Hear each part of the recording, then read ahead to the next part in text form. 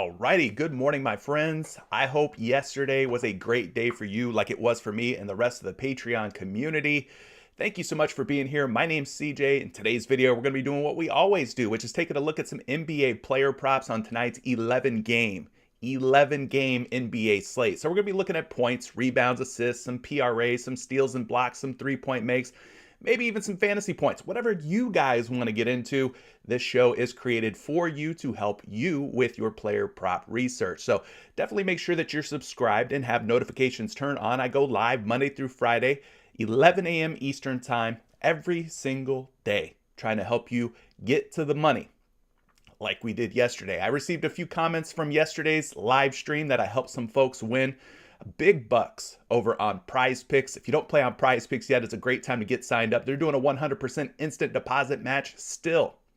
In the words of Deontay Wilder, till this day, they're still doing the 100% instant deposit match. So if you put in 20 bucks, 50 bucks, 100 bucks, you use promo code Curry, they're going to double your dollars, giving you another 20, 50, or $100, carrying you through the rest of the NBA season and through the NBA playoffs. So definitely take advantage of that promo code. Code Curry, you see it floating above my head here. There's also a link down in the description below.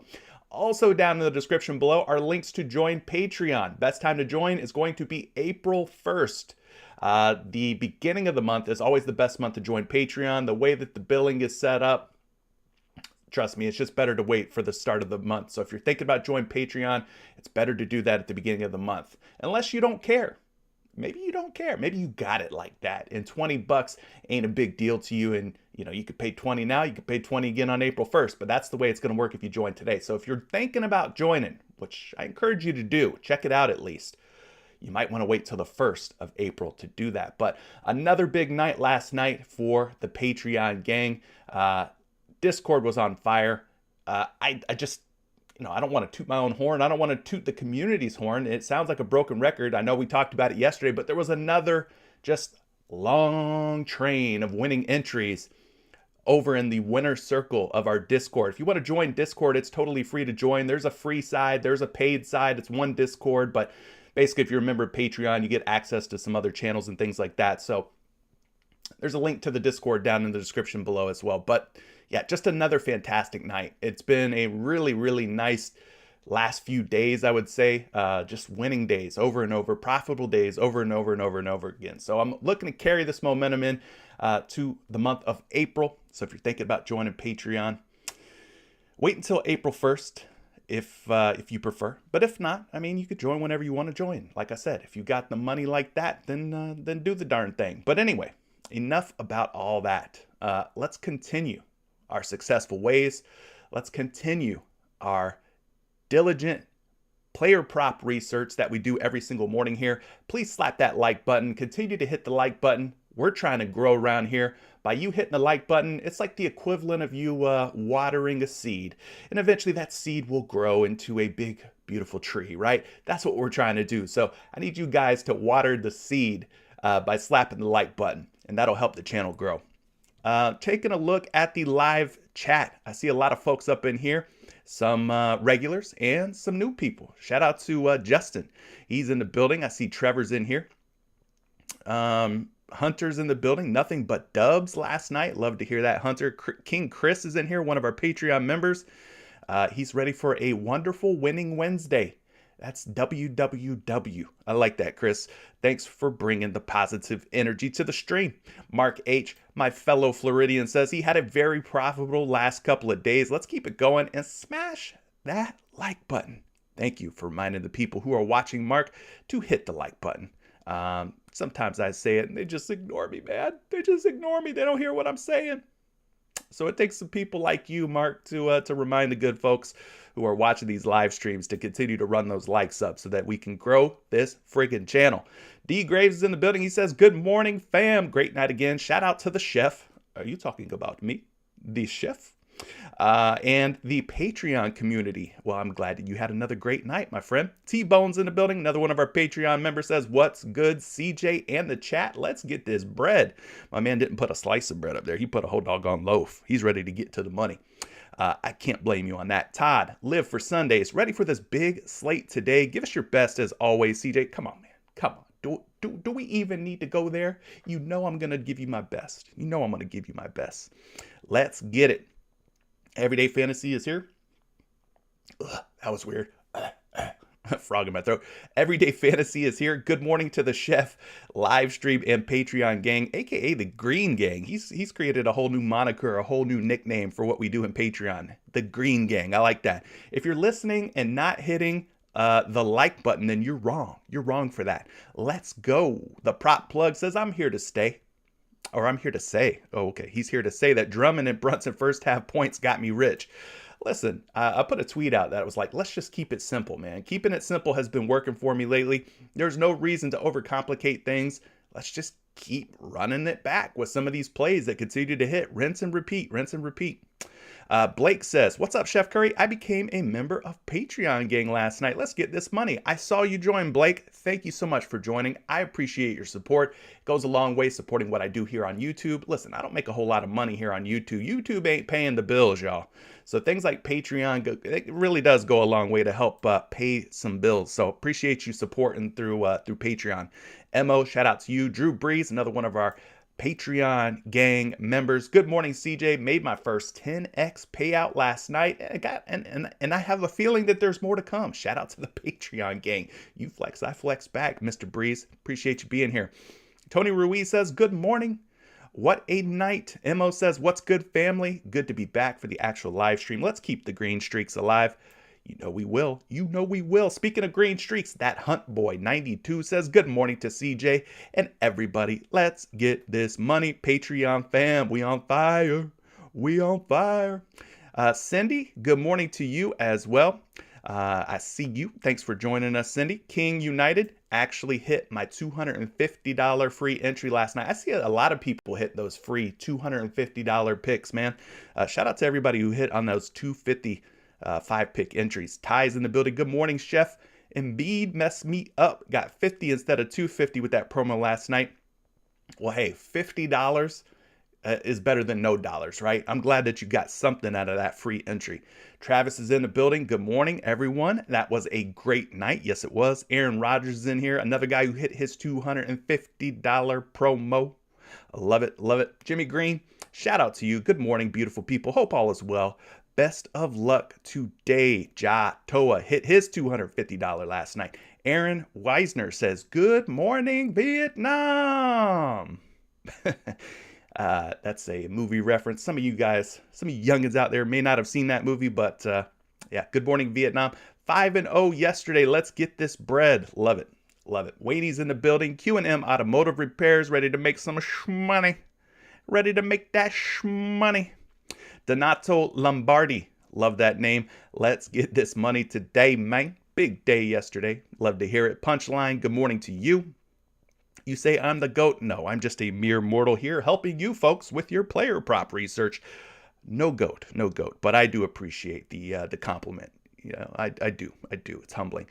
Duncan's in the building. Let's have another good one. Thanks to CJ and all the Patreon folks. Help me make enough to pay for 3 years of his Patreon subscription. Well, there you go. All you got to do is win a $10 2-pick power play, and then Patreon's paid for. So I think that's pretty simple, pretty easy to do. Kevin's doing what I was talking about on Twitter. Keep it simple. Turn the promo funds into cash. Run some flex plays and things like that. Yeah, I'm with it, man. I'm with it. Who else we got in here? Yanni's in the building. We got Sean Vega up in here. Won 300 buckaroos yesterday. Love to see that. Bankroll cleared over 1K yesterday. Ready to run it back. No off season was winning. It sounds like he's ready for winning Wednesday. Thanks for bringing us the money making content. You're welcome. You're welcome.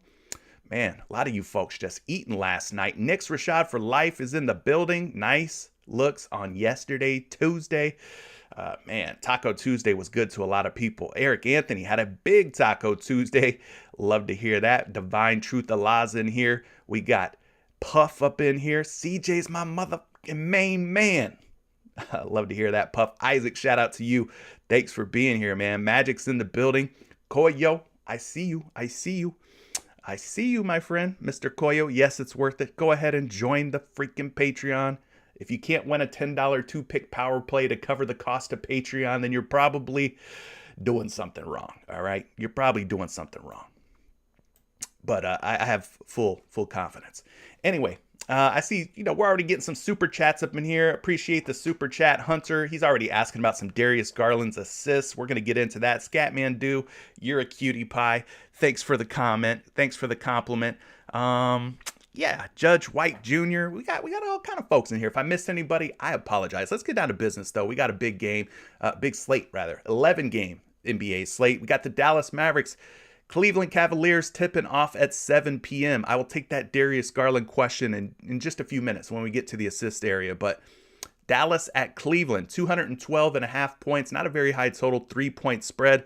Keep an eye out on Brown. He is a game-time decision for Dallas. Otherwise, Burke, Pinson, and Hardaway Jr. out for Dallas. Over on the Cleveland side, Rondo is a game-time decision. Evan Mobley is the big piece of injury news here. He is ruled out, meaning it's probably going to be Kevin Love and Lauri Markkanen holding down the fort in the front court for the Cleveland Cavaliers. You now got Jared Allen and Evan Mobley out for Cleveland. Not a good time for players to be hurt as we head into the playoffs, right? No bueno. Dean Wade also out for Cleveland. So kind of a low-scoring game, but the fact that it's going to be a 3-point spread looks kind of encouraging. Now, here's a game that I will tell you to be very careful of, especially if you're taking anybody from the Orlando Magic side. Of course, I got my blue on. I got to represent my Orlando Magic, but they're in full tank mode, guys. Some of you found out the hard way not to take Orlando Magic players in a full game format. The Orlando Magic will continue to find ways to lose games. Yes, they are doing it on purpose. No, they don't want to win. Yes, they are trying to improve their draft odds. They want a top 3 pick. We want a top 3 pick. As a Magic fan, I want the Orlando Magic to keep losing as many games as humanly possible. They're 20-56. If we don't see another win this season, I can die happy. I'd be fine with that. I want Jabari Smith, maybe Chet Holmgren.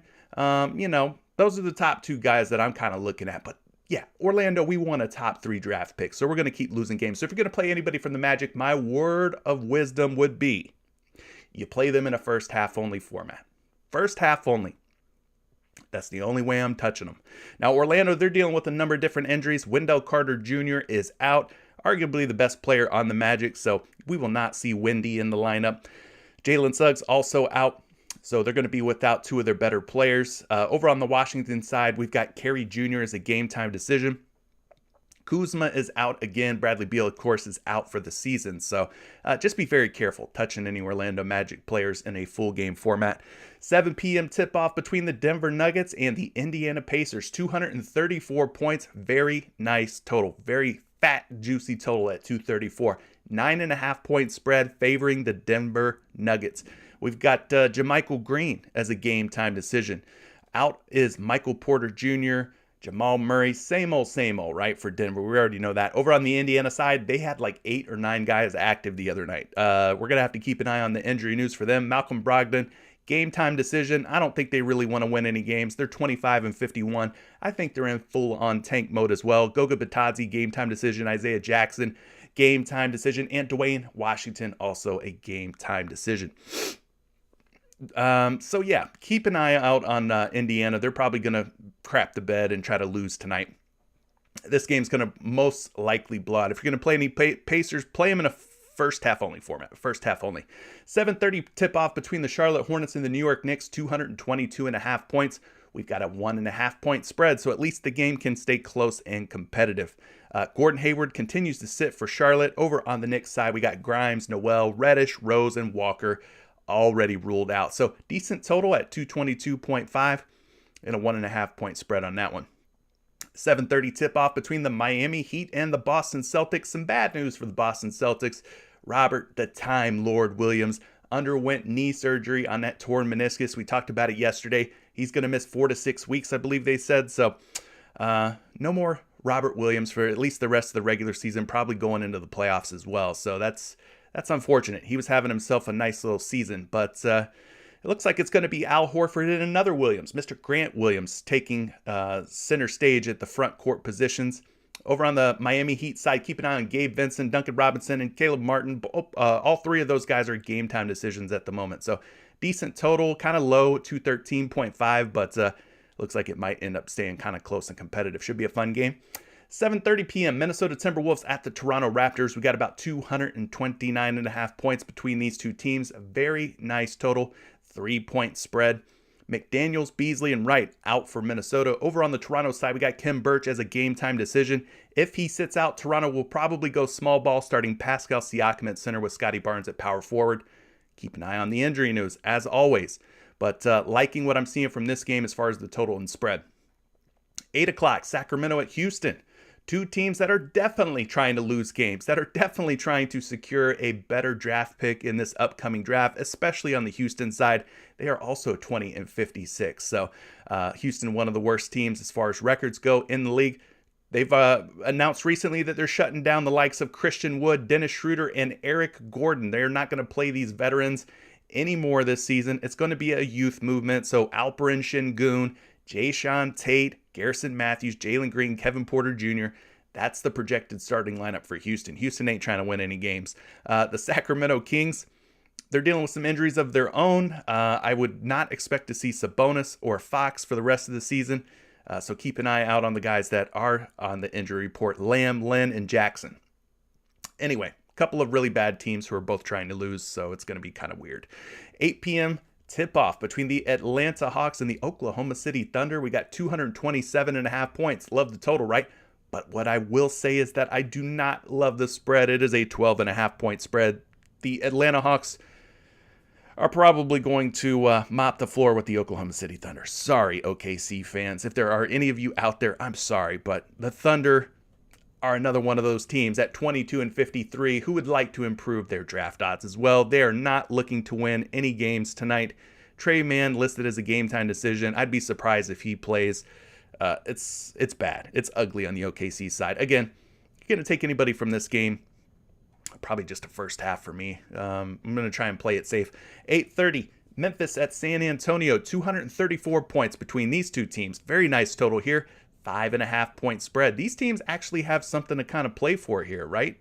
I think they're both sort of still in contention for a playoff seeding and things of that nature. No Ja Morant for Memphis. Looks like Jaren Jackson Jr. is a game time decision. Keep an eye out on him. Otherwise, everybody else seems to be pretty much healthy for both sides. So liking the total, liking the spread from those two. 10 p.m. We're getting into some of these late night games. 10 p.m. tip-off on the east side. We got the Phoenix Suns and Golden State Warriors. 221.5 points. Two of the better teams over in the Western Conference. 4.5 point spread. Cam Johnson, game time decision. No JaVale McGee, Kaminsky, or Saric. So a number of bigs out for Phoenix. And then over on the Golden State side, the only one that's listed out is Seth Curry. James Wiseman's been out all season. So, same old with him. And then the final game, another team, the Portland Trail Blazers, who are absolutely positively wanting to lose, wanting to tank. They're facing the New Orleans Pelicans tonight. It's a 13.5 point spread, so be careful taking any of these Portland Trail Blazers. I mean, yeah, somebody's going to have to play, right? Somebody's going to have to put the ball in the hoop. Somebody's going to have to rebound. Somebody's going to have some assists. But the Portland Trail Blazers are running out a really ugly team. It looks like a G League roster. Let's just call it what it is. It looks like a G League caliber squad as far as talent goes.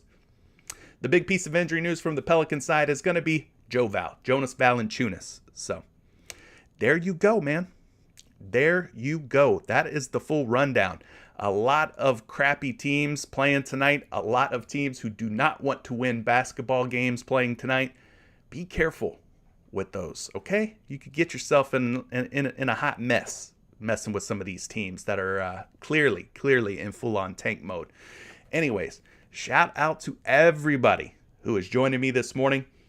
Go ahead and start hitting me with some of your favorite points props. If you guys got some points props you want me to take a look at, I'll take as many of them as I can. The ones that look interesting or good. And we'll start doing our player prop research with props.cash. That's right, props.cash. Changing the way that I do my player prop research. So we'll start things off by looking at some points props. Do not let me forget that I owe Hunter for his super chat. We got to talk about Darius Garland's assists. We will. Don't let me forget that. So anyway, we got the player props trends page pulled up here on props.cash. If you don't use props.cash and you want to try it out, your first month, 25% off. Use promo code Curry. There is a link to join props.cash down in the description below. So we're going to look at these player prop trends provided by props.cash. We've selected points. We're going to look at the last 10 games, see who has been hitting at the highest hit rate. But if you want, you can also look at the lowest hit rates. Maybe you're shopping for some unders, but for us, life's too short to play the unders. We're looking for overs. They're just more fun, right? So some of the highest hit rates for these point scorers here. Mikal Bridges at 14.5 points and 80% hit rate. Then we've got some guys hitting at 70%, the likes of Pascal Siakam, Jason Tatum, DeJounte Murray, and Jordan Poole. And then 60%, we got a number of different guys too. Jakob Poeltl, Jaylen Brown, DeAndre Ayton, and Keldon Johnson. From there, things start to fall off rather steeply. The rest of the guys, 50% or worse. So let's go ahead and take some of these point props that you guys are wanting to look at here. Like I said, may not get to all of them. Fair warning, may not be able to answer all of them, but I'm going to do my best as one man who's trying to do a lot of different things here on this live stream. I'm going to try to do my best to answer as many of these points props and assist props and etc. as I can. Don't get mad if I don't get to your prop, okay? Don't start spamming the chat if I don't see your prop, all right? I'm going to do my best. We're going to take a few points props, then we're going to move on to assists and rebounds and so on. We've always got Discord. We've got the comment section. If you guys have questions, feel free to hit me up. All right, let's see what you guys are talking about here. We got DeJounte Murray points being mentioned by JF002. Darius Garland for points. Judge White Jr. is mentioning some Darius Garland for points. We got William Ward mentioning Miles Bridges for points. Blake is also mentioning DeJounte Murray for points. So let's start with DeJounte Murray, okay? I think that's a good spot. A couple of people have mentioned DeJounte Murray now. Let's go take a look at DeJounte Murray's points. He's at 23.5. He's facing off against Memphis tonight. Memphis obviously without Ja Morant. So it'll be DeJounte Murray versus Jones. And I don't know that we're so worried about Jones from a defensive standpoint. So let's take a look at DeJounte Murray. He's been hitting his points prop of 23.5 at a 70% hit rate over the last 10 games. So we're already starting with a player who's been covering his points prop pretty well in the last 10 game span. So that's good. Now, overall, last 10 looks pretty healthy. He's averaging 24.6 points. But when we look at the last 5, not so good. 40% hit rate. Things have been kind of shaky over the last 5 games for DeJounte Murray. He's averaging 22.4 points in his last 5 games, which is pretty close to the 23.5, but close doesn't cut it, right? It's either over or under. And in this case, he has gone under in his last 5 games more often than he has gone over. Now, against Memphis this season, he has faced them twice. In those 2 games, 16 points and 21 points. If I'm not mistaken, Ja Morant was healthy for both of those. So maybe he's got a little bit of an easier matchup and easier time tonight against a Memphis Grizzlies squad without Ja Morant. I'd also like to take a look at the splits for Murray. He's playing at home tonight, so let's see if he hits at a higher hit rate when it comes to his points prop at home. He's at 39%. Or does he hit at a higher hit rate on the road? 33% on the road. So, not the greatest hit rates to begin with, but on the road at least, at home at least, in the last 10 games, you can see what he's done, an 80% hit rate at home. So that's at least a positive sign, right? 8 out of his last 10, he has gone over 23.5 points at home. So hopefully tonight is more of the same. Hopefully he continues sort of the hot ways that he's had here playing at home in front of the San Antonio fans. All right, scrolling down here, looking at the defense, Memphis, a lot of yellow and some red sprinkled in here, but if they're going to be without both Ja Morant and Jaren Jackson Jr., their defense takes a pretty big hit, in my opinion. So some of these numbers probably not so relevant with Ja and Jaren potentially out.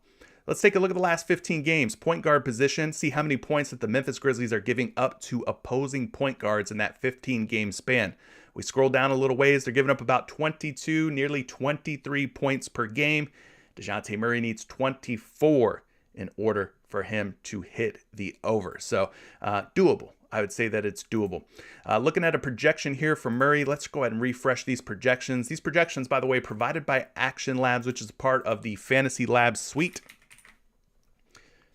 22.1 is his projected points total. At 23 and a half points. At 23 and a half points, he is being bet under on 3 out of 4 sports books that I'm able to reference. So far, the betting public, real life people with real money in hand, are going on and they're betting the under on DeJounte Murray. They don't think he's going to score 24 points tonight. Do you guys think that DeJounte Murray will hit 24 points or not? He's 0 for 2 versus Memphis this season, but has shown a pretty nice hit rate in his last 10 games at home, 8 out of 10.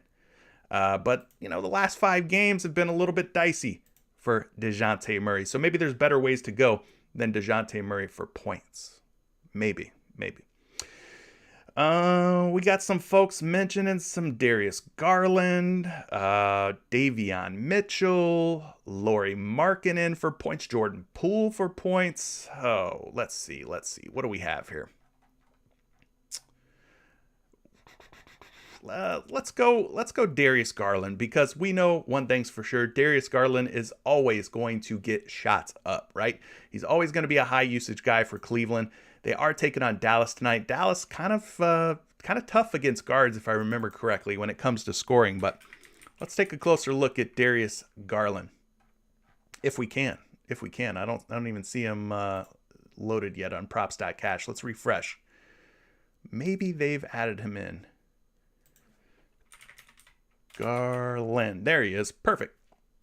All right. So Darius Garland over the last 10 games at 23.5 points has gone over in 80% of his games, 8 out of 10. So, very high hit rates for Garland, averaging 24.4 points. And then the last 5 games specifically, 24.8 points, still rocking that 80% hit rate in his last 5. Now, he has played Dallas once this season. This was back in November. His role on the team back then was probably a little bit different. I imagine that Colin Sexton was probably healthy then.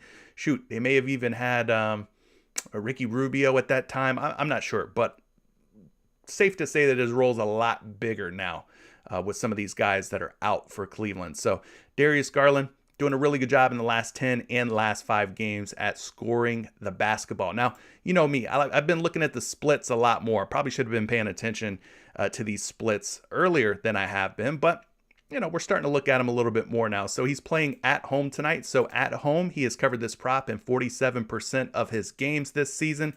On the road, he has covered this in 42%. So he does have a bit of a higher hit rate when he plays at home. At home over the last 10 games, 80%. And on the road over the last 10 games, 80%. So he's just been scoring, guys. He's been getting buckets. Bucket getter. We could also take a look and see if there's anything worth looking at when we take Evan Mobley out of the mix. Obviously, Evan Mobley is probably going to be out tonight. So in games without Evan Mobley this season, he has gone 4 out of 8, or 50% at hitting this prop. Now, a lot of these games were from earlier in the year, back in November, December. So it's been a while since he's played without Evan Mobley. So it'll be interesting to see how things shake out with Markkanen and Love starting at the front court for the Cleveland Cavaliers. So there you go. There's a little bit of different looks there for Darius Garland. Dallas's defense, as I mentioned, kind of tough, man. They're kind of tough against guards, especially. You could see a lot of red on the board. They rank 2nd in total points, 14th in field goal percentage, 1st in three-pointers allowed, 2nd in three-point field goal percentage allowed, 8th in free throws allowed, and 1st against opposing point guards. So a little worried about this one, especially with the game total being just 214. It's not a super high total either. So tough defensive matchup from what it looks like. Kind of a low total, but the good news is that this game looks like it's going to stay close and competitive.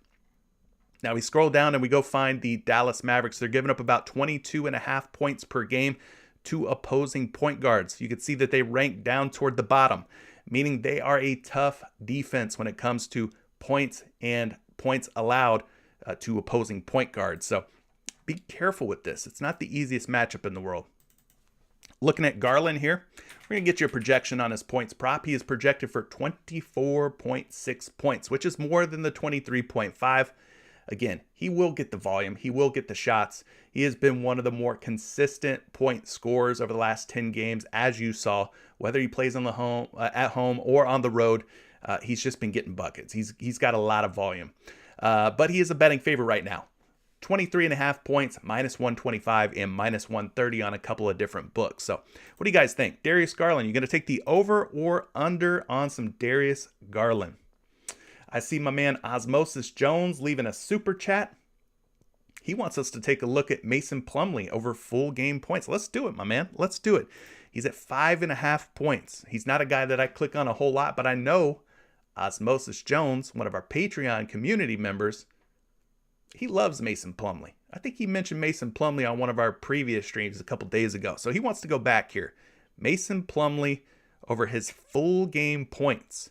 He says he's covered this in 10 out of 12 games against the Knicks, dating all the way back to 2017. He says the plumber is in full effect. Okay. Mason Plumlee for points. We're going to look at it a little closer here for you folks. Some of you guys are scratching your head. You're like, Mason Plumlee? Doesn't that guy shoot with two different hands? I mean, yeah, he does. He does. He's been experimenting at the free throw line, so to speak. Looking at the last 10 games for Mason Plumlee. Look, he's at 5.5 points over on PrizePicks. So we got to knock this down, bump this down to 5.5. When we do that, his hit rates improve. 6 out of 10. 6 out of his last 10, a 60% hit rate for Mason Plumlee. Now, the last 5 games, if you want to look at those a little closer, 60% hit rate as well. Came pretty close against Joker and the Denver Nuggets. Ended up with 5 points. Close, but no cigar. All right, against the Knicks this season, we dial it down to 5.5. He has gone 2 out of 3 against the Knicks this season. So a 67% hit rate. Now, we're going to also look at last season because you mentioned he's been hitting pretty good against the Knicks, even in previous matchups. And you're right, my friend. You are right. He has gone 5 out of 6, or an 83% hit rate against the New York Knicks, dating back to last season. So that kind of gives you an idea, how Mason Plumlee's been doing here at scoring the basketball. Now, let's take last season away. Let's look at the season splits here for Plumlee. The Charlotte Hornets, are going to be playing on the road, visiting New York tonight. So at home this season, Mason Plumlee has covered 5.5 points in 54% of his games. On the road, he has covered this prop in 63% of his games. So he actually does do a better job of scoring on the road versus at home. So it's, a little bit of encouraging news, a little bit of better news for you there for Mason Plumlee. Now, when we remove Gordon Hayward from the equation and we look at the road games without Gordon Hayward, 64% hit rate. So not terrible. 7 for 11, right? 7 for 11. Now, the New York Knicks, they're kind of hard to figure out. Do we target players against them? Do we fade against the New York Knicks? It's been kind of a weird season for the Knicks. Whether you're taking Knicks props or you're taking players against the Knicks, it's been tough to figure out. At times, it seems like you can play bigs against the New York Knicks. Other times, it seems like the Knicks are this tough defense. So, it's kind of tricky. Right now, they're ranking 21st on the season against opposing centers, which is Mason Plumlee's primary position. So maybe there's a little bit of credibility here. I mean, we're not asking for 30 points from the guy. We're asking for 3 buckets or 6 points for Mason Plumlee. So looking at the last 15 games, the center position, we're going to go find the New York Knicks and see how many points they're giving up to opposing centers. Now, over the last 15 games, they're giving up 18.5 points. Again, he needs 6. So even though they rank second in fewest points allowed to the center spot, we're not asking for a whole lot of points here out of Mason Plumlee, right? We don't need much for him to get it done. Let's also look at the last 7 games and see how many points the Knicks are giving up. 15.6. So gets even worse. In the last 7 games, they've been defending against opposing centers even better. Moving on here, we're going to get you a projection on Mason Plumlee. I got Mason Plumlee projected for 6.7 points. At 5.5 points, 4 different sports books, we are seeing an edge here. In other words, people are betting the over at 5.5 points. So maybe you take a shot on some Mason Plumlee. My man, Osmosis Jones, is the Mason Plumlee whisperer. Like I said, he seems to hit with a lot of these Mason Plumlee props. Isaac M. calling Mason Plumlee Plum-Keem Olajuwon. I like that, man. Maybe we see some Olajuwon-esque moves out of Mason Plumlee tonight. Anyway, Taking a look at some of your other requests here for points props. We've talked some Garland. We've talked about some DeJounte Murray, a couple of the top young point guards in the league. Who else? Who else do we want to talk about? Jaylen Brown or Jason Tatum? We got Alec Burks being mentioned. Sheesh, Louise. Lots and lots of different ways. Jordan Barnett's liking some Plumlee points. I see you out there. I see you. Plum Goat. Some people are calling him Plum Goat. Lauri Markkanen. Man, I've played Lauri Markkanen in the last couple of days. He's tricky. He's a tricky guy to figure out. Sometimes his fantasy points are good. Sometimes, I take his points and then the fantasy points hit and the points don't. I don't know. I'm fed up with this guy. I'm fed up with Lauri Markkanen, trying to figure out what to do with Lauri Markkanen. Let me see what else you guys are talking about here.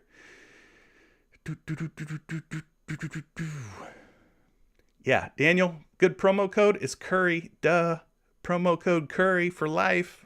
Duh, bro. Come on. Do you need any other promo code? Come on, broski. Yeah, so I'm looking through these other points props. I mean, you guys are kind of just all over the place. I see a couple people have asked about Jaylen Brown. Let's look at Jaylen Brown. A couple of you have mentioned Jaylen Brown. He's going up against the Miami Heat. No Robert Williams tonight. I don't think that impacts Jaylen Brown's points in any kind of way, but at 23.5, Jaylen Brown seems like he's in a pretty good spot. So let's take a closer look at JB. Jay Bizzles. Last 10 games for Jaylen Brown, 60% hit rate. But what's really popping here is his last 4 games. He's gone 4 out of his last 5. He's averaging a whopping 25.2 points per game. He dropped 26 against Golden State, 30 against Sacramento, 30 against Denver, and 25 against Oklahoma City Thunder. Now, against Miami this season, he's played them just once. In that game, he had just 17 points against Miami. So did not have the best scoring night against the Miami Heat back in November when they last met. So, they've actually played twice. They played twice. 17 in the first meeting, 29 in the other meeting. So he's 1 out of 2, averaging 23 points per game versus Miami this season. And then the last 10 games, let's look at that again because I had the splits turned on here. Last 10 games, he is 60%. Last 5 games, he is 5 for 5. Averaging 28.4 points per game. He needs 24 to hit the over. He's averaging 28.4 in his last 5. So he's definitely been scoring the ball a lot better recently. So let's go ahead and take a look at those splits now. Jaylen Brown is going to be at home tonight. So Jaylen Brown at home at 23.5 points. Just a 39% hit rate. Not great. Jaylen Brown on the road, 59% hit rate. So Jaylen Brown on the road is a real thing. He's a much better scorer this season on the road than he is at home. I mean, it's a 20% difference, which is pretty significant, right? 59% hitter on the road, 39% hitter at home. So Jaylen Brown at home, not as good. Not as good.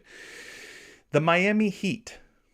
Their defense is pretty darn good. 4th in points allowed, 4th in field goal percentage allowed, 24th in total threes allowed, 4th in 3-point field goal percentage allowed, 20th in free throws allowed, and 9th against opposing shooting guards, which is what Jaylen Brown plays, shooting guard. Taking a look at the last 15 games, how many points are the Miami Heat allowing to shooting guards? That is a good question. They're giving up about 21.5. Puts them like right in the middle of the pack. Middle of the road type of team here when it comes to points allowed. So not the easiest matchup by any means. Definitely more on the difficult side, we'll say, for Jaylen Brown. Last but not least, you want a projection on his points? I got him. 25.1 projected points. That's more than 23.5, so that's a good sign. You can always cross-reference these projections with some of the free sites that are out there like NumberFire, Betting Pros, RotoWire. But I've got him at 25.1 according to the action projection tools. At 23.5, though, on a few different sports books, most of these books, we're not seeing any action. People not taking the over or the under. It's even money right now. Some of these other ones, DraftKings, for example, slight betting favorite to go over. But on FanDuel, he's a slight betting favorite to go under. So it seems like the betting public's kind of torn. And I agree. It doesn't look like a crystal clear situation for me. I think on an 11-game NBA slate we could probably find a better spot than this. The matchup's not great. Could he do it? Yes, he has been really hot lately. I just don't know, man. Against Miami, he's 1 for 2 this season. There's just probably better spots for us to go, is all I'm saying. If you feel good about it, though, take it. If you don't feel good about it, fade it or take the under. Whatever you want to do there. Whatever you want to do. I'm just not loving it. Not loving it. Let's see. Any other points props worth considering?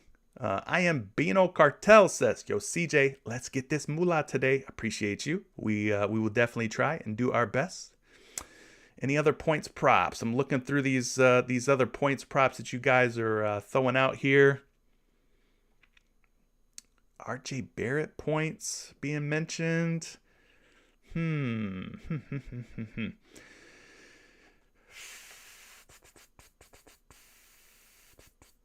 Jaylen Brown or Jason Tatum, I need to know. Yeah, I don't know, man. I don't know about Brown. It just doesn't look good enough for me. Just doesn't look good enough for me. All right. I don't know.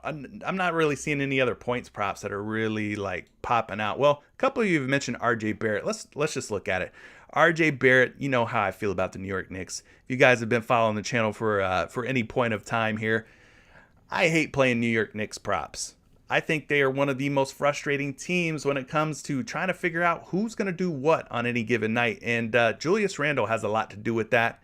I took some Julius Randle props earlier in the season, and like, this dude, we know what he can do from a talent standpoint. All the talent in the world, but some nights he just disappears. RJ Barrett has really started to come into his own with all the injuries and such for the New York Knicks. Barrett, he stepped his game up. While Julius Randle, kind of still the same OG, right? Julius Randle. So RJ Barrett at 25.5 points. I've seen some people talking about taking the over on his first half points. Some of you are asking about his full game points. Let's talk about some RJ Barrett here. Again, not a guy that I've clicked on a whole lot, except for maybe like some free throw props. I like his free throw props most nights, but can't say that I've taken a lot of his points props. So we got RJ Barrett here. He's at 25.5 points. So we got to make sure that everything's dialed in here on props.cash. And when we put him up at 25.5 points, you can see his hit rates are just 40%. Not the greatest hit rates in the world, right?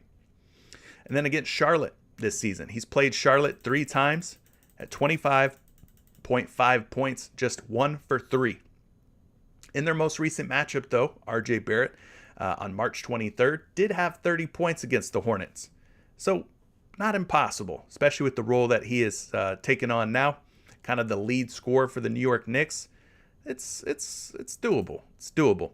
Now let's take a look at his splits. Is he a home guy, a road guy? We'll take a look at those. He's playing at home tonight. So we'll start by looking at the home splits at 25.5 points. He has covered this in 30% of his games this season. Not a great hit rate. Not a great hit rate. On the road at 25.5 points. 23% hit rate. So he is better at home. His chances improve by 10% roughly at home versus on the road, right? But still, not the greatest hit rates overall. Scrolling down here, taking a look at this Charlotte Hornets defense. They're not a great defense. They rank 26th in total points given up, 19th in field goal percentage, 28th in three-pointers allowed, and 21st in three-point field goal percentage allowed. And they do rank 5th against opposing shooting guards. So let's take a look at this matchup a little bit closer. We're gonna look at the DVP, defense versus position. RJ Barrett versus the Charlotte Hornets. How many points are Charlotte giving up to opposing shooting guards? Just 18. Second fewest in the last 15 games. So this is a difficult matchup for RJ Barrett. It is a difficult matchup. Let's move forward here, get you a projection on Barrett. I got him projected for 23 points. That is obviously less than 25.5. At 25.5 on most books, we're seeing unders minus 125, overs at 115. And then he's even as low as 23.5 over on the FanDuel Sportsbook. So maybe that's an indicator that taking the over at 25.5 is not a good move. The lines makers at FanDuel think that his line is more appropriately set at 23.5, meaning 23 to 24 points in that range is more of an outcome for RJ Barrett. So maybe you take the under on RJ Barrett, being that you're seeing his line is as low as 23.5, 2 points different than where he's at on PrizePicks. All right. All right, we talked enough about some points props. You guys start leaving some assist props for me in the chat. If there's any assist props you want me to take a look at, I know we got to talk about some Darius Garland assists. I owe you for that, Mr. Hunter. Appreciate that super chat. Oh, my bad. ZXR Skills left a super chat talking about some Caris LeVert under points. We got to pause. We got to rewind. We got to go look at Caris LeVert. I cannot leave my man hanging like that. Caris LeVert's at 16.5 points. He's going up against Dallas tonight. We talked about the matchup already for Darius Garland against Dallas. It's going to be a tough matchup. Let's look at Caris LeVert real quick before we move on to assists. My bad. I almost lost you there. Almost lost you. Getting lost in the sauce over here. Caris LeVert, 16.5 points. Cleveland Cavaliers, right? You can see what he's done in his last 10 games. It's been kind of up and down. Really, since joining Cleveland, let's switch this up here. Since joining Cleveland, he has not really scored the basketball all that well. He has entered the starting lineup recently for Cleveland, but I mean, you can see what he's done. Last 10 games, just 1 out of 10. 10% hit rate. So I can see why you're wanting to potentially go under on Caris LeVert. Even though he's entered the starting lineup, he has only exceeded 16.5 points once, and that was against the Chicago Bulls, one of the worst defensive teams versus opposing guards, point guards, shooting guards that there is, quite frankly. Chicago's defense in the backcourt, not very good, right? Now, against Dallas this season, he has played them twice. Do not be fooled by this, though. This is when he was with the Indiana Pacers. Obviously, now he's with the Cleveland Cavaliers. Much different role on the Cavs. He's probably not even the, well, all right. So we have to pause, right? Jared Allen's out of the lineup. Evan Mobley's out of the lineup. Caris LeVert could be a trap. And here's why I say that. So without Mobley, without Allen in, that usage has to go somewhere. I'm not saying it all goes over to Caris LeVert, but guys like LeVert, Garland, Markkanen are going to have to pick up the slack, right? So I know Caris LeVert on the surface level, looks like a good play for an under, being that he's only covered his points prop in 1 out of his last 10 games, but it's a little bit more complicated than that, being that Mobley is out. So I would just say that, yeah, maybe he's still an under, but, you know, like I said, the usage is going to have to go somewhere. Mobley being out, obviously Allen's been out for a while now.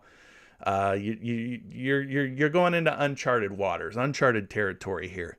I mean, he had 8 against Orlando, which is, again, kind of deceiving because Orlando's actually been a pretty decent defensive team since the All-Star break. So, I don't know. I don't know how to feel about Caris LeVert. I guess lean toward the under because Dallas is a tough defense, but LeVert will soak up some usage left behind by Evan Mobley.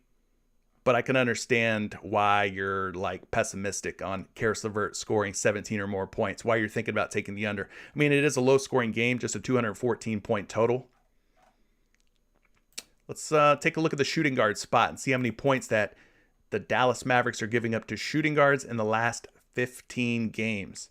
So with Garland playing point, LeVert's going to be the 2 guard. They're giving up 19.3 points, which is the 5th fewest. So yeah, Dallas is a really good team against opposing point guards and shooting guards. Let's get you a projection on this. Caris LeVert projected for 19.7 points. So the models, the Action Labs, Fantasy Labs models do seem to like Caris LeVert over 16.5 points. Now, out on the various sports books, we're not really seeing a whole lot of line movement, a whole lot of action on this particular prop. Minus 115, slight betting favorite to go over 16.5. So, yeah, I guess maybe lean toward the under, but I wouldn't be surprised if this guy finds a way to get 17 points. I know it's a tough matchup and everything, but I mean, if he doesn't absorb some of the usage, maybe Isaac Okoro steps up. Kevin Love's going to be in there. You know, I don't know. I don't love that. Again, 11 game NBA slate. I don't know that you have to put yourself in difficult situations by taking Karis LeVert under points. You could, and maybe it works out. But there's so many different props and so many different ways to go tonight that some of those tough calls where it feels like almost like a coin flip, I don't know that you have to force yourself into those spots. So anyway, let's go ahead and talk about some assists now. Apologies for missing that super chat. Almost missed it. Anyway, your top hitting assist guys over the last 10 games. Scotty Barnes of the Raptors. He's leading the way at an 80% hit rate. His teammate Pascal Siakam is hitting at 70% on his assist prop. Going down from there, we got Marcus Smart, Devin Booker, Anthony Edwards all hitting their assist props at 70%. Got a couple of different guys at 60%, including Nikola Jokic, D'Angelo Russell, Karl Anthony Towns. And then from there, it's like a 50% or worse type of situation for the rest of the guys up on the board. So let's take a look at some of your assist recommendations here. Let's refresh. You guys are saying that LaMelo's assists have gotten bumped already. So we'll make sure that we have all the latest assists. Yeah, I see LaMelo's now at 7. He's at 7. Scotty Barnes. Is he up on the PrizePicks board today? He is up on the PrizePicks board. So let's talk about him, all right? Because he's at an 80% hit rate. Like I said, he's got the highest hit rate out of anybody up on the board today. He's going up against Minnesota. He needs 4 dimes to hit the over. Scotty Barnes has been getting the job done. So last 10 games, 8 out of 10. He is averaging 3.5, exactly 3.5 for the season, 4.7 in the last 10, 4.8 in the last 5. Now, he's faced Minnesota once this season. It was back in the middle of February. He had 4 assists versus them in that game. So he is 1 for 1 against tonight's opponent, the Minnesota T-Wolves. So things looking pretty good here for Barnes at 3.5. You know, he's kind of a Swiss Army knife for the Toronto Raptors. He'll do a little bit of everything. Score some points, drop some dimes, pull in some boards, play some good defense. I mean, my man is having a nice little year, okay? Minnesota's defense, they rank 26th in total assists allowed, giving up nearly 26 assists per game. Being that the total is 229, there should be plenty of points scored and hopefully more opportunities for Scotty Barnes to rack up some assists against this Timberwolves squad. Now, we're not quite sure if Khem Birch is going to play or not. Birch has been starting at center, but if Birch is out, then Siakam would be at the center spot, meaning Barnes would most likely be the power forward, and then OG Anunoby would be at the small forward position. So we're going to have to wait and see what's going to happen here with this team, but we'll look at both small forward and power forwards and see how many assists that Minnesota's giving up in their last 15 games to both positions. So starting things off at the small forward position, you can see Minnesota number 1 in the last 15 games, giving up about 5 assists per game to opposing small forwards. So they're giving up 5. He needs 4 to hit the over. That looks like a pretty decent little matchup there, right? Looking at the power forward spot, Minnesota assists allowed to the power forward. They're giving up about 3.5, which is right where his prop line is today at 3.5. So not the worst matchup in the world. I actually don't mind it a whole lot. So we're going to go take a look at the assists projections now for Scotty Barnes.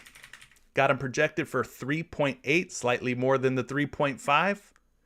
And then we've got him at -120, -120, and -120 over 3.5 assists on 3 different books. So again, 80% hit rate in the last 10 games. Projected to go over. Has went over versus Minnesota in their one previous matchup. And Minnesota seems to be giving up quite a few assists. You guys are saying that there's over 200 people watching this, but there's only 82 likes. Something ain't adding up. Can we run those likes up real quick for you guys that are tuning in? All you do is you take your pointer finger, you go over to that little thumbs up icon, you smack that sucker, and then the likes go up. It's pretty easy to do. Appreciate you. D Swizzy, what's up? What's up? Good to be back in here, my man. Well, good to have you back. Good to have you back. What other assist props do you guys like? And we ran through Scotty Barnes' assists. I think they look pretty decent. I think he's in a nice little spot. James Ward, you're asking about Luka Doncic. Let's talk about Luka. He's at 8.5. He's going up against Cleveland. Again, my biggest fear for this game is that the totals are pretty low for this game. Low totals mean slower pace, less possessions, less shots going up. So that's my concern with this Cleveland and Dallas game. A lot of you guys are wanting to take all these overs from this game, but both of these teams are pretty good defensively in the backcourt. So just, keep those kind of things in mind. Doncic, I do not have any assist information on props.cash just yet for Doncic. Let me refresh here. Let's refresh and see if we find him. There we go. Boom. All right, last 10 games for Luka Doncic. We're looking at the assists for him. He's at 9.5 by default on props.cash, but we're getting him at 8.5 here on PrizePicks. So we dial him down to 8.5. He has only covered this prop in 4 of his last 10. That's a 40% hit rate. Not the greatest hit rates in the world. For the season, he averages exactly 8.5 assists. Last 10 games, 7.5. Last 5 games, 7.6. Now versus Cleveland this season, he's played Cleveland once. He did hit the over with 10 dimes versus the Cavaliers. That was back in November. A lot has changed for both of these teams. Obviously, Porzingis is gone. Now you got Spencer Dinwiddie in the mix. Jalen Brunson's moved into the starting lineup for Dallas. He wasn't starting probably back in November. He was coming off the bench. So a lot of dynamic has changed here for the Dallas Mavericks. And then, of course, on the Cleveland side, they're dealing with a number of different injuries. A way different team than he faced in Cleveland back in November, end of November. So keep that kind of stuff in mind when you look at like previous matchups, who was in, who was out, that sort of thing. But overall, last 10 games have not been great for Luka Doncic when it comes to hitting the over at 8.5 dimes. Now, this Cavs defense, they ranked 9th in total assists allowed, giving up right around 24 assists per game.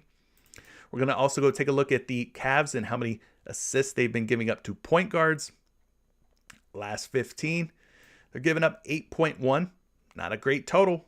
I mean, if this was 10.1, I'd be like, yeah, let's roll the over out here. But they're giving up 8.1, which is not the greatest average in the world. We're also going to look at the shooting guard spot because Luka, he's kind of that positionless type of player. He's like a point forward more than anything. But shooting guards, they're giving up about 6 assists per game to opposing shooting guards. So maybe you take a stab at a guy like Jalen Brunson, perhaps. His assists at 4.5, like maybe you go there. It's been kind of ugly, but I don't know, maybe. Anyways, getting you a projection here on Luka Doncic and his assists. I got him projected for 8.7. Here's something that's a little concerning. I've only got one sports book that I'm able to reference on these Luka assists. They have him at 7.5. He is at 8.5 on PrizePicks, which tells me that maybe he's a little too high on PrizePicks at 8.5. At 7.5 on BetMGM, they are betting the over, though. Minus 145. Pretty strong odds. So they think, yeah, he's good for 8 assists. But is he good for 9? That's where things come into question, right? Because he's going to need 9 if you're planning on taking the over. So I don't know. I would just be careful with this game. It is low scoring. Yes, it looks like it's going to stay close. But when a game's low scoring like that, usually it's slower pace. Slower pace means fewer possessions. Fewer possessions means fewer shots going up, right? Fewer shots going up means fewer assist opportunities. So there you go. Think about it a little bit. Isaac M., you're mentioning Davion Mitchell's assist. I know somebody was asking about some Davion Mitchell for points, but yeah, this is a Davion Mitchell backcourt. I don't see any Davion Mitchell up on the board. I think with the De'Aaron Fox news, they may have yanked the Sacramento Kings off of the board. But for those of you wondering about Davion Mitchell, let's take a look real quick. Got him projected for 5.3 assists at 7.5.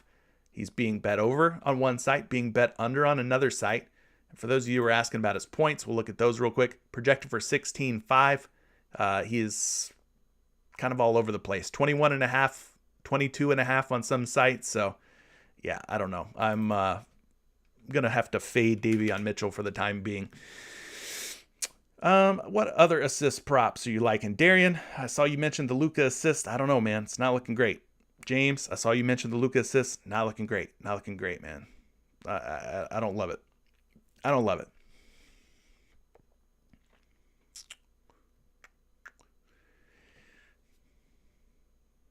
Tyus Jones assists. Okay. That's one.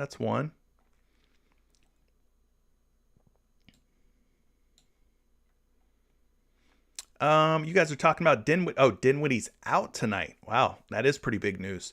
That's definitely going to shake things up for guys like, Luka and possibly Dorian Finney-Smith and Jalen Brunson. I mean, you would expect some of those guys to kind of step into a bigger role.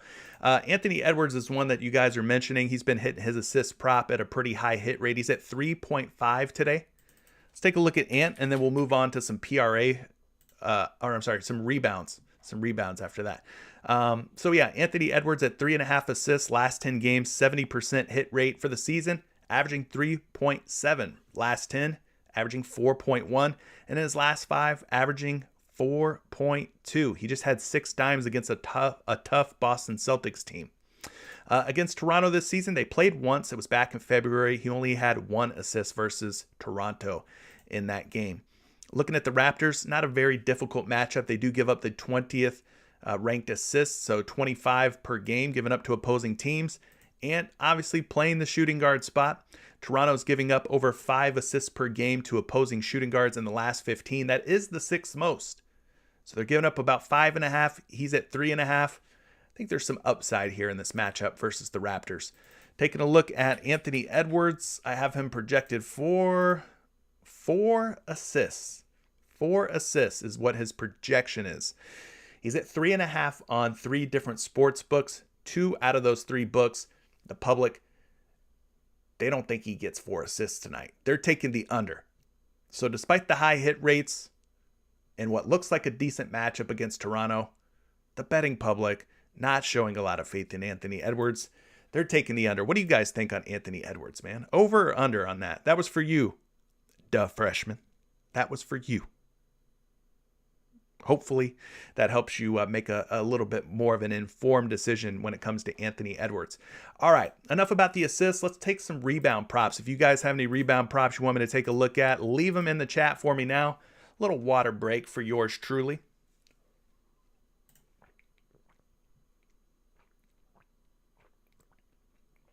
While we refresh props.cash, making sure we have the latest prop lines pulled in here.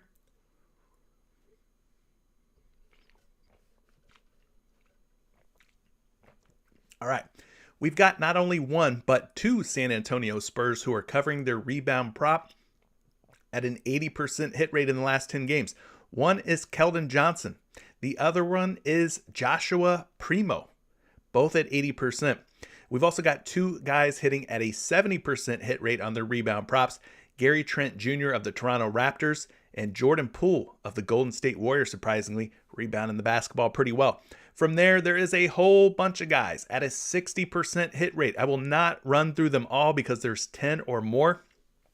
But a lot of Minnesota Timberwolves. Anthony Edwards, Karl Anthony Towns, Patrick Beverley, D'Angelo Russell, a couple of Grizzlies, Adams and Bane. Whole lot of guys hitting at a 60% hit rate. What rebound props are you guys liking today? Will Barton for rebounds? LaMelo for rebounds? Steven Adams, a.k.a. Caveman? I thought he was Aquaman.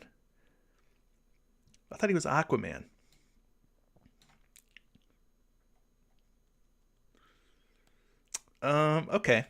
Let's start digging into these. We'll start with a big man. We'll start with Steven Adams at 10.5 boards. He has covered this prop in 60% of his games. I think I like this even better if Jaren Jackson Jr. is out.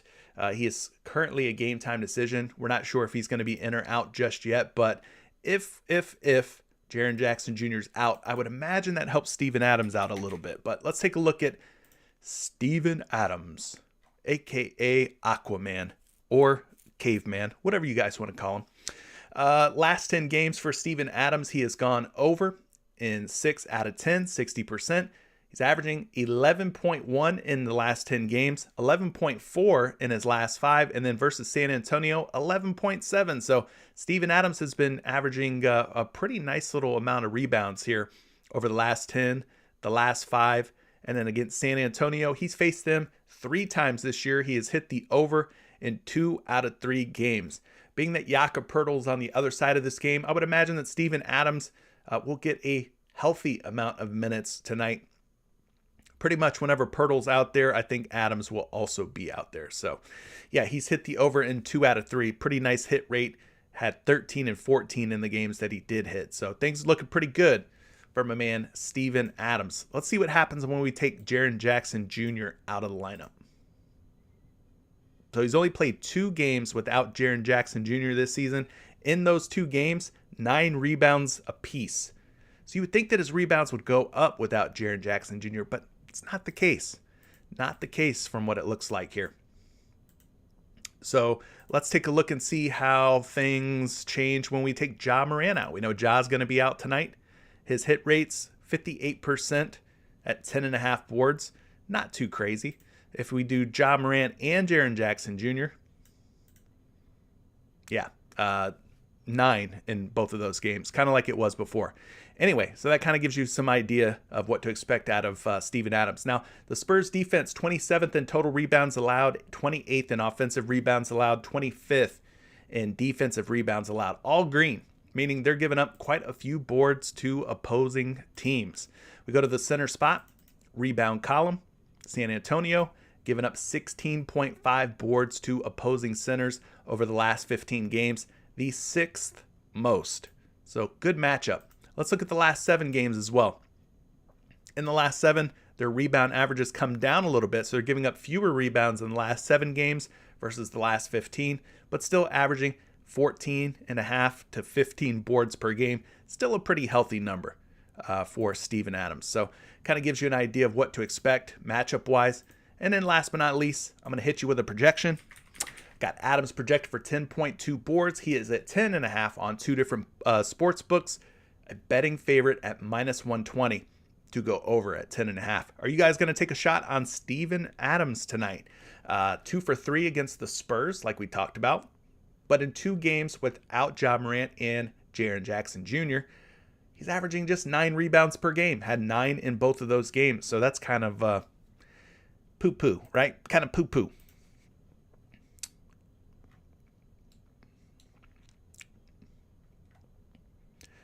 Let's see. You're saying Jaren Jackson Jr. is out. You think he's going to be out for sure? Okay. I like that.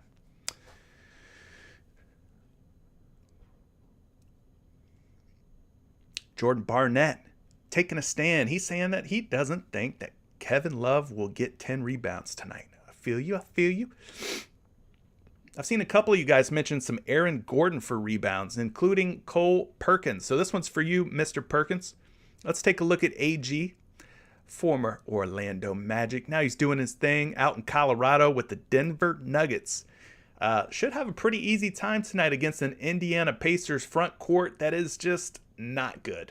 Since Miles Turner went down, since they traded Sabonis away, I mean, they've just been starting some pretty bad guys there. So I think Aaron Gordon could have an opportunity here to find 6 rebounds against the likes of Goga Batadze. Who are they starting? Isaiah Jackson. I mean, nobody that's really scary, right? Nobody that we're really worried about. O'Shea Brissett, maybe. I don't know who they're going to end up starting tonight, but Aaron Gordon should have an advantage over any of those guys that I just mentioned. So let's pull them up here. Aaron Gordon, 5.5 rebounds. We look at how he's done in his last 10 games, 60%. More importantly, the last 5 games have been very good for AG. He has covered in 4 straight games, 4 out of 5 overall. Versus Indiana this season, back in November, he had 9 boards against the Pacers, and that was when their front court was a little bit better than it is now with Turner and Sabonis. I think both of those guys were active for that game, but you'd have to double check that. Anyways, the matchup tonight is going to be much easier. He did have 9 boards against them back in one previous matchup. So I think Aaron Gordon's in a pretty decent spot from the the looks of things, right? His averages 6.2 in the last 10, 6.6 in his last 5. I think there's a lot to like here about Aaron Gordon. And I don't trust these numbers. Not that prop shot cash is wrong, but I'm just saying Indiana's defense this season has gotten a whole lot worse. It's saying that they're 8th in rebounds allowed, 13th in offensive rebounds allowed, and 8th in defensive rebounds allowed. We're going to have to take a look at this a little bit closer. Let's go look at it. Last 15 games, the Indiana Pacers are giving up about 10 boards per game to power forwards. Again, Aaron Gordon needs 6. They're giving up 10. I think that there's some room here for him to find those rebounds. Let's look at the last 7 games as well. Indiana's defense giving up... where are they at? Giving up about 9 boards. So the rebounding averages come down to power forwards in the last 7 versus the last 15. So giving up 10 in the last 15, 9 in the last 7. But I still think he's got a pretty decent shot. I ain't too worried about Indiana. Moving forward, let's get you a projection on his boards. Gordon is projected for 5.8. Not really seeing any juice on this prop, over or under. He's a minus 120 over on PointsBet. So, there's that. There's at least some people out there who are taking the over on Aaron Gordon and his rebound prop. Who else are you guys liking here? We've seen Aaron Gordon's name mentioned. Will Barton was mentioned. I think I'd prefer some Aaron Gordon over Will Barton for rebounds, but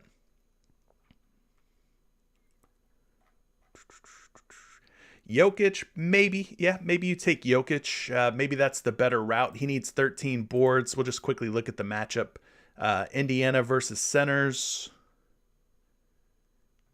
They're giving up about 15 boards to opposing centers in the last 15 games. So, yeah, I don't mind that. Isaac says, O'Shea Brissett is your boy. Is he like your real life boy? Because if so, man, I'm sorry. I don't mean to offend.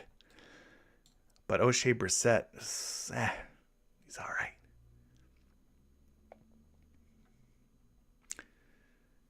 right. Mitchell Robinson rebounds. Where are those at today? I want to do one more rebound prop. Let's look at Mitchell Robinson. All right, he's at 9.5. He's going up against Charlotte. We know Charlotte's defense hasn't been the greatest, especially against bigs. Let's talk about Mitch real quick. Robinson. Oh, come on. Tell me you've got a prop for me here. Some prop info on Mitchell Robinson. Let's pull up the latest lines here using props.cash. Boom. There we go. There's my boy. Mitchell Robinson, 9.5 boards. He has only covered this in 4 out of his last 10 games, but he gets a nice matchup tonight against the Charlotte Hornets. Now, against Charlotte in 2 previous games, he's actually went under. 6 rebounds back in November, 6 rebounds back in January. So maybe it's not so great here. I wonder why Mitchell Robinson didn't get the job done. He's going up against Mason Plumlee. Did the Plum God keep Mitchell Robinson in check or what? 6 rebounds per game. You look at the Charlotte defense, though, 29th in total rebounds, 29th in offensive rebounds, and 28th in defensive rebounds allowed. So they are giving up some of the best rebounding totals in the NBA. When you look at the center position, Charlotte giving up the second most rebounds to centers at 17.7. So again, I don't know why Mitchell Robinson only had 6 boards in 2 previous matchups versus the Hornets this season. They are giving up the second most boards to centers in the last 15 games. When we look at the last 7 games, they're giving up the first most rebounds to centers at 19.9, nearly 20 boards. That is a whole lot of rebounds given up to centers. You would think that Mitchell Robinson would be able to get it done. You would think that his hit rates would be a little bit higher. But he's 0 for 2 versus Charlotte. His hit rates in the last 10, not great. 40%. And in the last 5, 20%. What's going on, Mitch? I do like that I'm seeing a very clear trend that things are starting to go up here. 3 against Utah, 6 against Atlanta, 7 against Miami, 9 against Detroit, 12 against Chicago. Maybe he goes for 14 tonight against Charlotte. And we continue this hockey stick-like movement. But yeah, Mitchell Robinson, man, against Charlotte. 6 boards and 6 boards. How many minutes did he play? 23 and 25? Very interesting. Very interesting. He's getting about 28 in his last 5 games and about 27 in his last 10. So maybe that's a little bit of encouraging news that he's getting a few more minutes in the last 5 and last 10 games.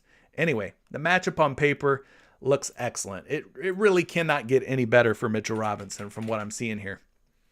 He's projected for 10.3 rebounds, but at 9.5, the public is not liking this prop for the over. They're taking the under, minus 125 and minus 130.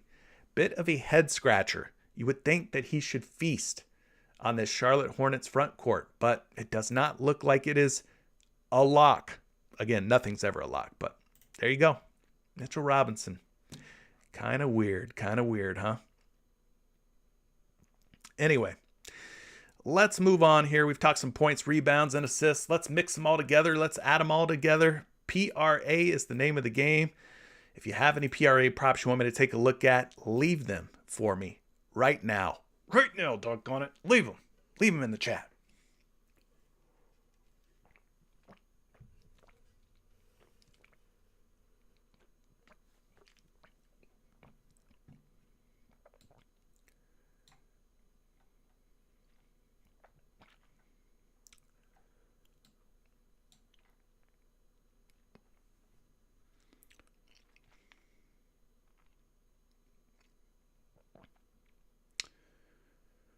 LaMelo Ball PRA.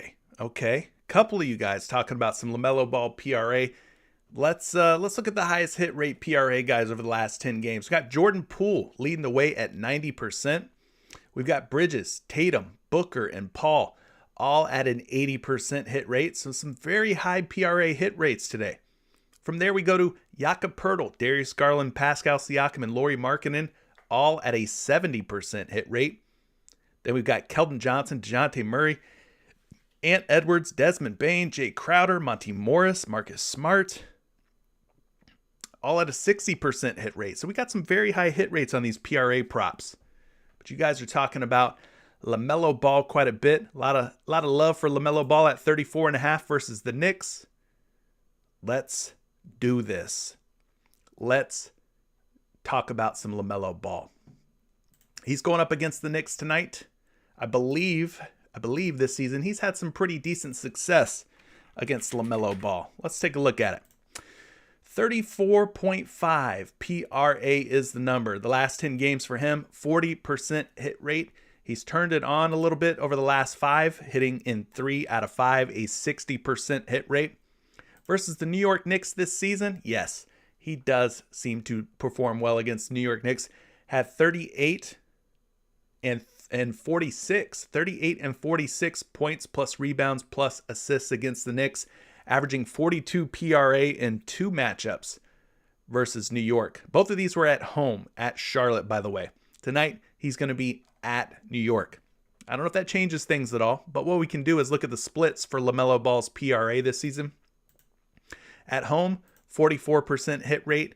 On the road, 52% hit rate. So he actually hits his PRA at a slightly higher rate on the road than he does at home. Now let's remove Gordon Hayward and look at the hit rates away. 64%, and then on the road, 47%. So yeah, his away hit rates without Gordon Hayward being 64%, 7 out of 11, look pretty good. So not only has he dominated against the Knicks in 2 previous games, those were both in Charlotte, but then on the road, his hit rates go up, and he's facing the New York Knicks again tonight. So I think there's a lot to like here about LaMelo Ball. The Knicks rank 7th in points allowed, 10th in rebounds allowed, and 11th in assists allowed. So those numbers look a little bit intimidating, but we're going to keep moving forward. We're not too scared of the New York Knicks, seeing that LaMelo Ball's been kicking their butts this season. In the last 15 games, the New York Knicks given up about 27 points, about 6 rebounds. That's like 33 PRA. And then 7 assists on top of that. That's over 40 PRA allowed. And he is at 34.5 on PrizePicks. So 34.5 versus about 40 PRA on the board. So there's some upside in this matchup against the Knicks. Not too worried about those guys. Looking at the PRA up here on Action Labs, his projection is 36 PRA. Now the public not showing a whole lot of interest in the over for LaMelo Ball at 34.5. We're seeing him at a minus 120 over on DraftKings. And then over on MGM, even money. Nobody's touching the over or under. So there you go. There you go. That's the rundown on LaMelo Ball. But I think it looks pretty good. Looks pretty good.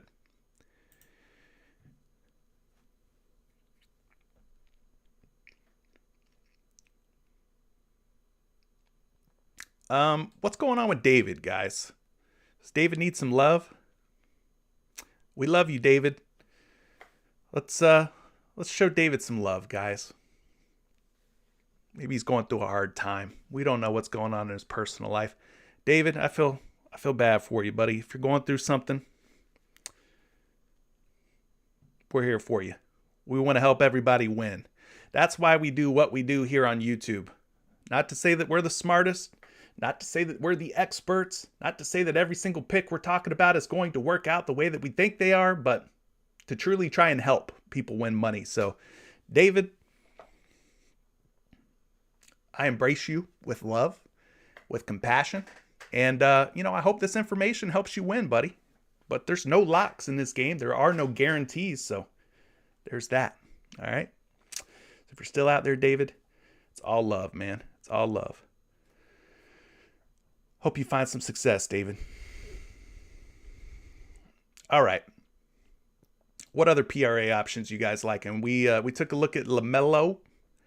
Matt, you're liking some Davion Mitchell over 31.5 PRA. I'm seeing some love for Luka, for Garland. Poole. Hard not to like Poole. Feel ya. All right, let's go ahead and look at Jordan Poole, and we'll take a look at some of those other ones that we just mentioned. Jordan Poole, Golden State Warriors point guard, has really been hooping lately. He's been hooping. He's going up against Phoenix tonight. He's at 32.5 PRA. Let's pull Jordan Poole up on the PrizePicks board and props.cash. So Jordan Poole over the last 10 games, you can see what he has been up to since March 7th on an absolute heater. 42, 33, 34, 43, 38, 34, and 33. He's hit in 7 straight away games. There we go. As far as his last 10 games overall, 9 out of 10, 90% hit rate. Is he at home or away today? He's at home. Let's look at his splits in the last 10 games at home. A little bit more dicey. But 3 out of his last 4, 3 out of his last 5 at home. Away is where it's at. He seems to do a lot better on the road, right? From what it looks like. Okay. Versus Phoenix this season, he's played them twice. He's covered in 1 game at Phoenix, but at home, just 20 PRA. So yeah, him being on the road is a real thing here. It's a real thing from what it looks like. He seems to step his game up when he's on the road. This Phoenix defense we know is a good one. They ranked 8th in points allowed, 14th in rebounds, 2nd in assists. We go take a look at the point guard position. Phoenix Suns. How many PRA are they giving up? 20 points, about 5 rebounds, and about 7 assists.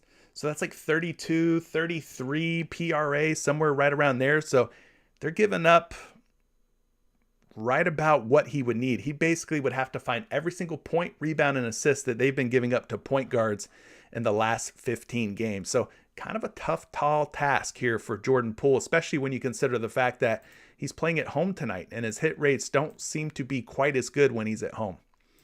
Pulling up a projection for Poole. He's projected for about 32 PRA, so that is less than 32.5. And then as far as the public and what they're doing, they're taking the under. They're betting the under, minus 125 to go under 32.5 PRA. So I would be careful with Poole. I mean, all good things must come to an end at some point. I know Jordan Poole has been killing it, but this Phoenix Suns team's for real. They're for real, y'all. They're for real. So be careful. I hear you, Cody. I know. I don't know if it's an attention thing or what, but yeah. It's all love, man. It's all love, David. Just come in here, try to be positive, all right? Just try to come in here and be positive, David. We all love you. We're all here to help each other win. We're not at each other's throats. You know, we're just doing our best, doing what we can do. Anyways,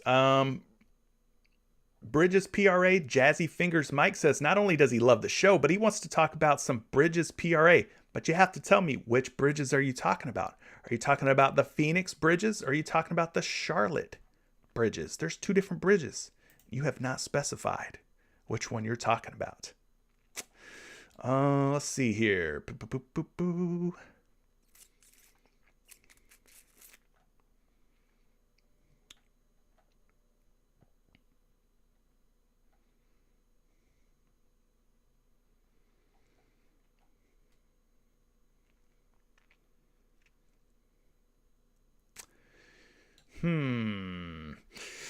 Jokic PRA?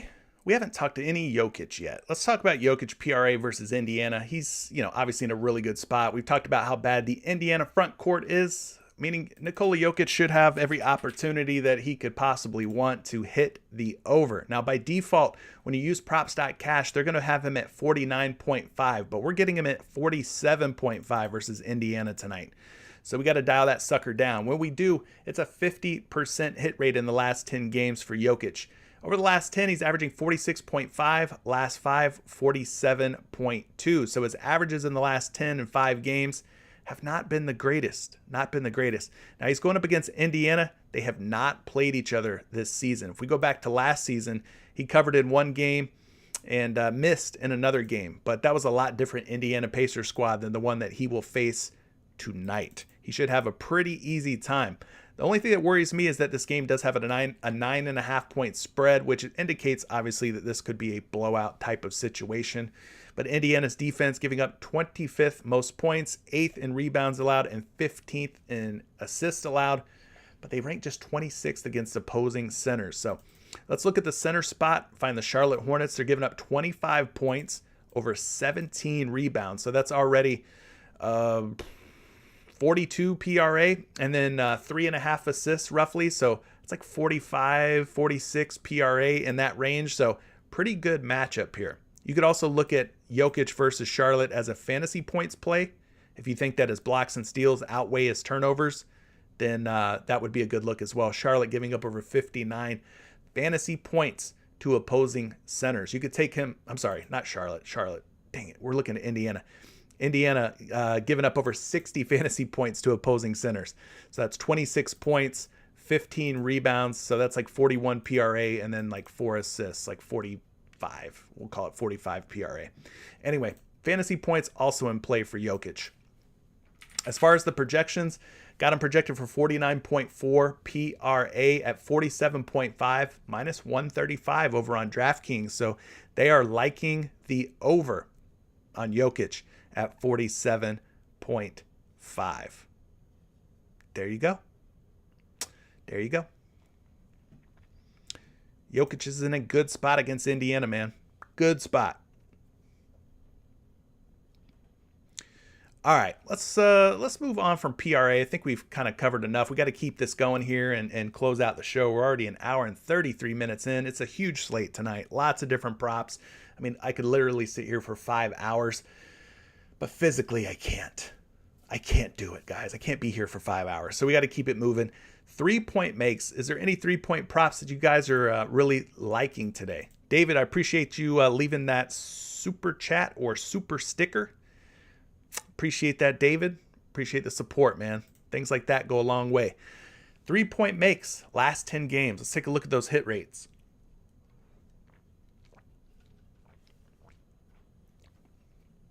Jordan Poole, Golden State Warriors, 70%. He joins the likes of Mikal Bridges, Jason Tatum, Jay Crowder, Isaac Okoro, and OG Anunoby as guys hitting their 3-point props at a 70% hit rate or better.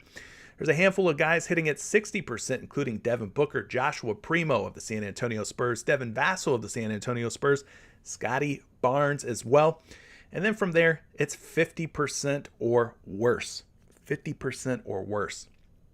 What 3-point props are standing out to you? I've seen Darian talking about some Karl Anthony Towns for 2 3-point makes.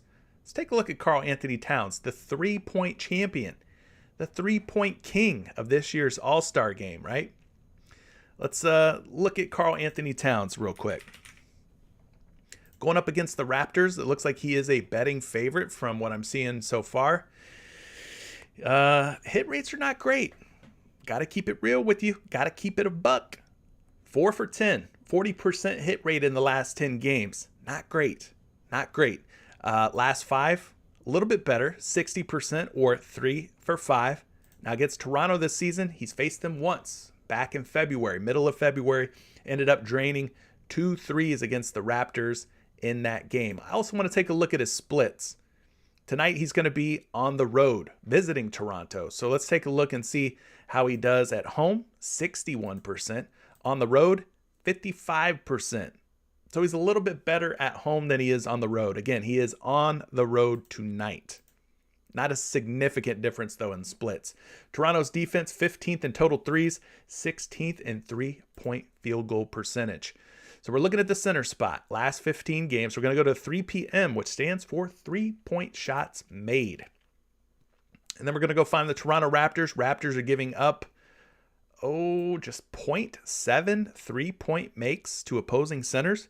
So that could mean one or two things. That could mean that the Toronto Raptors are not facing a lot of centers recently who shoot 3 balls, or they are facing centers who shoot the 3 ball pretty well, but they're just clamping them up. They're defending them well. So let's also look at the last 7 games just to get a different view here. In the last 7 games, Raptors given up just 0.5 3-point makes to opposing centers. So you'll have to dig into those games a little bit closer. The Raptors last 7, last 15. Take a look at some of the centers they faced. Are they 3-point shooting centers, or are they more like back to the basket, pick and roll type centers? You'll have to look at that a little bit closer, but it seems like the matchup's kind of bad for them on paper. Now, Karl Anthony Towns at 1.5 threes is a betting favorite, minus 125 to go over. His projection, according to Action Labs, is 2.2 3-point makes. So there's a little info for you on Karl Anthony Towns. Somebody earlier was mentioning Jalen Green. They were like, listen, play them Jalen Green threes is a lock. Trust me. I don't know who said that. I don't remember who said that in the chat, but Jalen Green versus the Sacramento Kings, no Christian Wood, no Dennis Schroeder, no Eric Gordon. All those guys are going to be out. It's going to be the youth movement for Houston here on out. Şengün, Tate, Green, Porter Jr. I mean, these guys are going to be dominating the minutes for Houston. So you're saying take Jalen Green over on 3-point makes. Let's look at it a little bit closer. Let's put some numbers, some data behind the action, right? Behind that thought pattern. So the last 10 games for Jalen Green at 2.5 3-point makes. Make sure that everything's dialed in the way that it should be on props.cash. You can see 5 out of 10, just a 50% hit rate. Now the last 5, things have really gotten better for Jalen Green. He's 4 for 5, 80% at covering 2.5 3-point makes. So he's been shooting the cover off the basketball here, averaging 4 3-point makes in the last 5 games. Versus Sacramento, he has faced them twice, both in the month of January, finished with 1 3-point make in both of those games. But again, with the guys that I mentioned just a minute ago, Wood, Gordon, Schroeder, all out, Jalen Green's going to have the green light. Green should have the green light to shoot the basketball. The Sacramento defense, 22nd in total threes allowed. So they're not good at defending threes. 29th in 3-point field goal percentage allowed, meaning they allow a high 3-point field goal percentage. And then they're 28th in defending shooting guards. So everything looking green for green, right? Little theme here, green theme. Last 15 games, Sacramento Kings giving up 3.92 3-point makes to opposing shooting guards. That is the 4th most. They're giving up about 4. He needs to make 3. So that's looking good.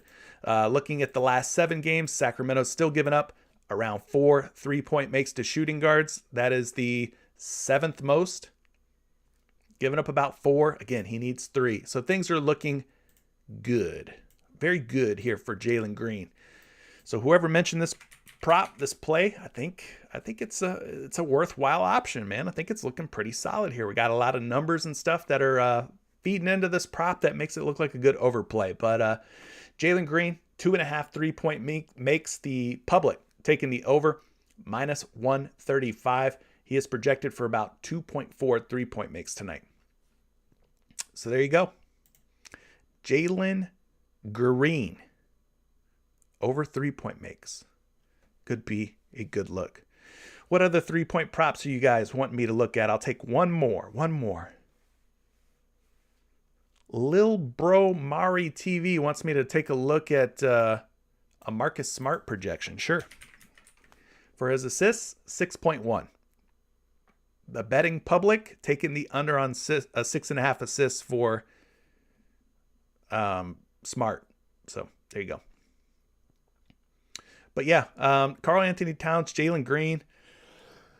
I'm not seeing you guys talking about anything else. Booker. We could look at Booker. Goodness, congestion. All right, sorry about that. Devin Booker, 2.5 3-point makes versus Golden State. Glad it's the end of the show. my voice is breaking up. Booker going up against Golden State, 2.5 3-point makes. Last 10 games for him, 60%. That looks good. But then you look at the last 5 and it's like, ooh, that's ugly, right? He's only gone 1 of 5.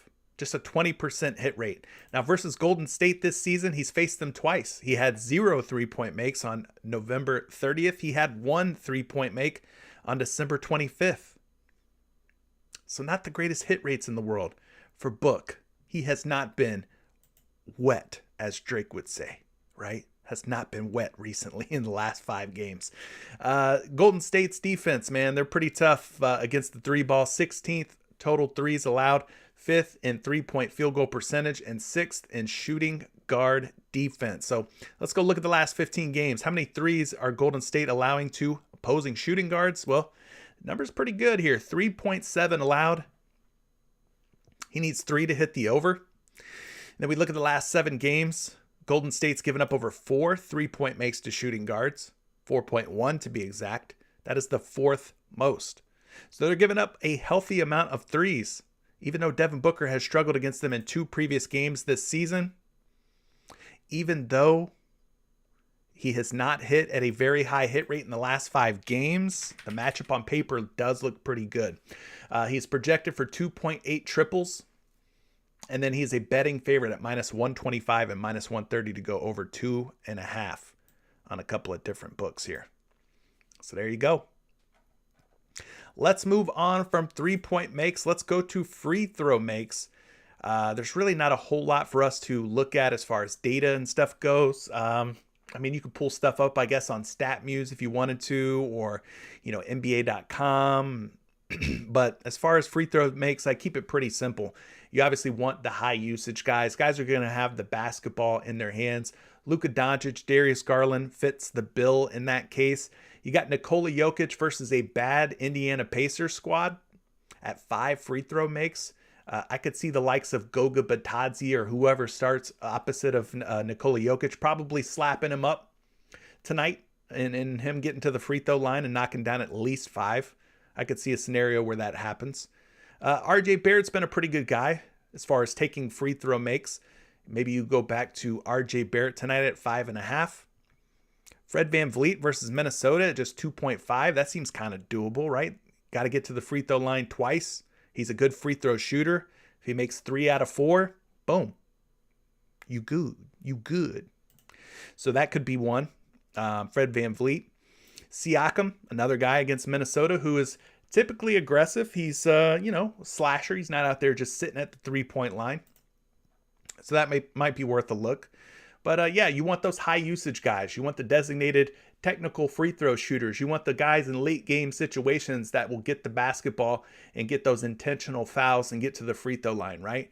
Those are the types of guys that I look for free throw props. So there's a couple of different ones for you to consider. Blocks and steals, Miles Bridges, Desmond Bane, Steven Adams, Devin Booker, and Mikal Bridges. I'll keep this one pretty short and sweet for you guys, and we'll wrap this live stream up. I'll pull some projections. So there's the projections for both of the Bridges. Mikal Bridges projected for 1.8 blocks and steals. He's at 1.5. Betting favorite to go over. And the same thing for Miles Bridges. He is at 1.9 blocks and steals. He is also a slight betting favorite to go over at 1.5. Then you got a couple of Grizzlies, Bane and Adams.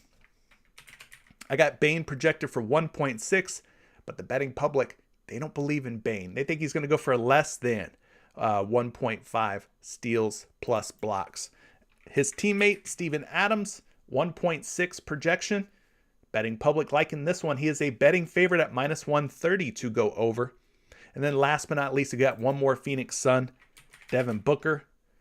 Betting favorite to go under at minus 120 and minus 125, but he is projected for 1.6. So there's that. And then as far as double-doubles go, the only way that I'm playing Karl Anthony Towns for a double-double prop is if there's any value in this prop. And what I mean by that is if we go look at his rebounds, I need this rebound prop to be something other than 9.5 in order for me to want to take this. It is not something other than 9.5. If this was at 10, I would say his double-double is worth playing. If this was at 10.5, I would say his double-double is worth playing. If this was at 9 or 8.5, I would say take the under on the double-double. But in this case, it is at 9.5, so there's really no reason for you to play the double-double over. If you're going to take the over on the double-double, leave it alone. You might as well just take the over on the rebounds. Instead of him having to hit 10 or more in 2 stats, he only has to hit 10 in just the rebounds, if that makes any sense to you. So that's it, gang. I think we've pretty much run through this entire board. Huge slate. We did not, Isaac, we did not talk about DeAndre Ayton's rebounds. We have talked about a whole lot, but we did not talk about DeAndre Ayton's rebounds. What's your lean, though? You guys are liking the over on his rebounds? Oh, if you got DeAndre Ayton on a double-double and his rebound line is at 10.5, then you done good. Because DeAndre Ayton needs 11 rebounds to hit just the rebound prop, right? But the double-double, he only needs 10 rebounds and 10 points. So that is a smart move. If you took the DeAndre Ayton double-double over, then you probably made a very good decision. Listen, gang, I appreciate you guys being here. Thank you so much for joining me for this live stream. If you've not hit the like button yet, I appreciate all the likes. It helps the channel grow, helps get the word out, this information out to more viewers. So please, please, please hit that like button on your way out. It's a wrap for me today, though. I'm going to get up out of here and go see if I can lock in some winning entries over on PrizePicks. If you're inside Discord, if you're part of Patreon, I will see you in those Patreon channels throughout the rest of the day. Thank you so much for all your support. Good luck tonight. I wish you the best. Let's keep the winning ways going.